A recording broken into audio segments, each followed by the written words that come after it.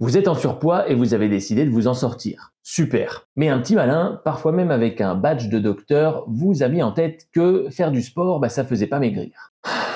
On n'est pas aidé, hein.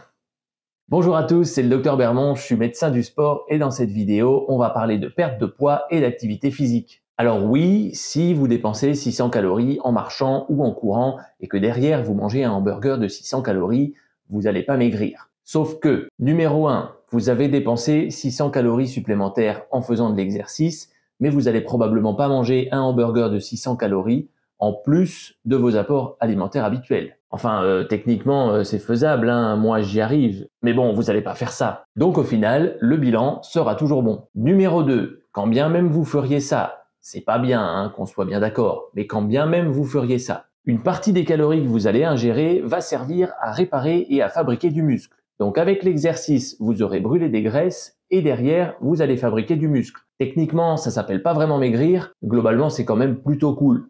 Et numéro 3, au-delà de toute considération physique, vous dépensez, ça va vous donner de la force mentale, ça va vous donner de la volonté et à chaque fois qu'en vous levant de votre chaise, vous allez sentir vos quadriceps qui brûlent parce que vous avez des courbatures, vous allez vous dire que vous n'avez pas fait tout ça pour rien. Et ce côté psychologique, cette prise de contrôle sur votre santé, ça compte énormément. Est-ce que ça veut dire que vous pouvez faire votre séance et ensuite défoncer votre frigo sans restriction ? Non. Faudra jouer sur les deux tableaux. Mais si vous avez décidé de vous prendre en main et que vous avez compris que vous pouviez pas tout changer d'un coup, déjà bravo, et que vous mettre à faire du sport, ça vous semble être le premier changement le plus facile à mettre en place, allez-y. Ça pourra que vous aider, vous faire du bien et vous donner de la volonté pour les étapes suivantes. Soyez conscient que c'est la première étape d'un changement plus global, mais si c'est par là que vous voulez commencer, allez-y sans hésiter. Le problème avec ces messages-là, c'est que ça rend les gens confus. D'un côté, on vous dit que faire du sport, c'est bon pour la santé, mais après, on vous présente un calcul foireux, comme quoi, si vous allez courir une demi-heure, mais que derrière, vous vous enfilez une bouteille de coca, vous allez rester gros. Oui, ok. Mais sérieusement, personne fait ça. Et en plus, ce calcul, il oublie tout un tas de facteurs physiques et psychologiques qui vont bien au-delà des calories. Donc si ça vous branche, faites du sport.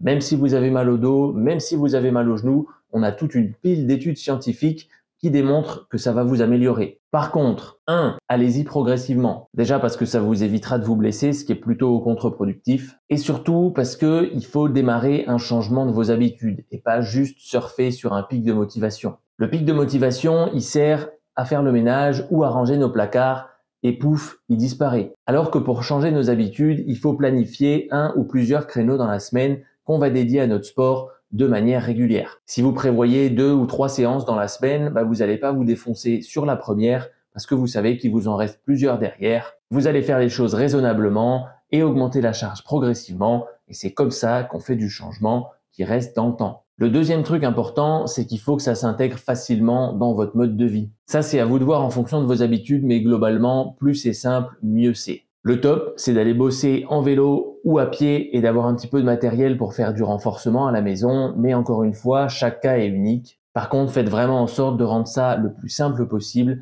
ça vous évitera d'en faire une montagne les jours où vous n'aurez pas envie. Et le troisième truc, et probablement le plus important de tous, c'est de vous demander pourquoi est-ce que vous faites ça. C'est d'avoir une raison, quelque chose de plus grand que vous qui va vous pousser à vous dépasser. Et là, c'est pas très classe, mais notre psychologie fonctionne comme ça. Le plus efficace, c'est de vous faire peur. C'est pas de courir vers un idéal, mais c'est plutôt d'essayer d'échapper à une situation négative. Je fais du sport pour être en bonne santé et voir mes petits-enfants grandir. Ce sera toujours moins efficace que je fais du sport pour éviter de claquer un AVC ou un infarctus et de devenir un poids pour mon entourage et d'empêcher tout le monde de passer des bons moments en famille. Ça, c'est sûr que c'est efficace. En vrai, vous avez probablement des exemples de gens autour de vous qui n'ont pas fait le nécessaire et pour qui ça a mal tourné. Et ça sera plus efficace de vous dire que vous voulez pas faire comme eux plutôt que de vous dire que vous allez faire la même chose que telle ou telle personne qui s'en est sortie. Parce que le jour où vous serez pas motivé, vous allez rapidement vous trouver des excuses sous forme de « oui, mais lui ou elle, il a réussi parce que… » insérez l'excuse. Alors que si vous prenez les choses dans l'autre sens, les jours où vous serez pas motivé, vous allez vous dire « je suis pas motivé, mais par contre j'ai toujours pas envie d'être hémiplégique et d'avoir besoin d'aide pour m'essuyer donc je vais aller faire ma séance ». Bref. Le but de cette vidéo, c'était de vous dire que faire du sport, ça va vous aider à maigrir, à être plus beau et à améliorer votre santé d'une manière générale. Donc n'ayez pas de doute et allez-y sans vous prendre la tête et sans faire des calculs compliqués et pas pertinents du tout. Si vous voulez 2 bouquins très sympas sur le sujet, vous pouvez lire Exercise de Daniel Lieberman. C'est un anthropologue qui étudie le sport et notamment l'aspect psychologique de la chose en étudiant des tribus de chasseurs-cueilleurs. C'est vraiment un livre passionnant et très facile à lire. Et vous pouvez lire Spark de John J. Ratté. C'est un livre sur l'exercice et le cerveau au sens large et notamment comment le sport va vous aider à être de meilleure humeur, à prévenir l'apparition de troubles cognitifs, à combattre les addictions, etc. Et même chose, c'est un livre passionnant et très facile à lire. Je vous mets les liens dans la description si vous voulez aller jeter un coup d'œil au bouquin et d'ici là, je vous dis à très bientôt.